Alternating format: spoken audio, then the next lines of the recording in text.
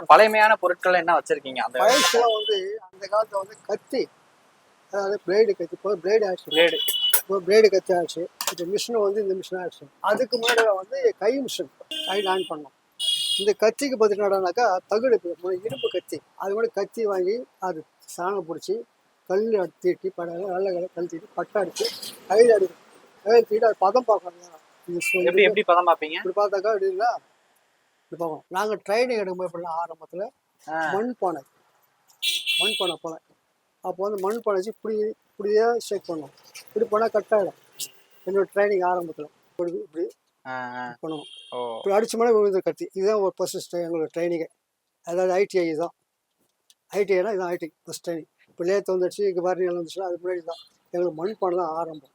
இது விவசாயம் முடிச்சிட்ட பிறகு துண்டு துடைச்சிட்ட பிறகு இது இந்த ஐப்பூர் இது முன்னாடியெல்லாம் பட்டிக்காரம் ஓல்டு நீங்களாம் போகிறதுக்கு முன்னாடி சேவ் பண்ண இந்த கல் பட்டிக்காரங்க ஒரு கல் போல இந்த கல் இப்போ வடிவாகி போச்சு.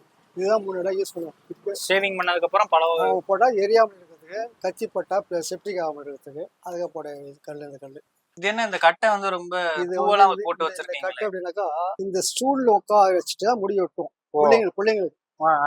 இதை வந்து 5 வருஷமா 73 போட்ட பென்ஷன்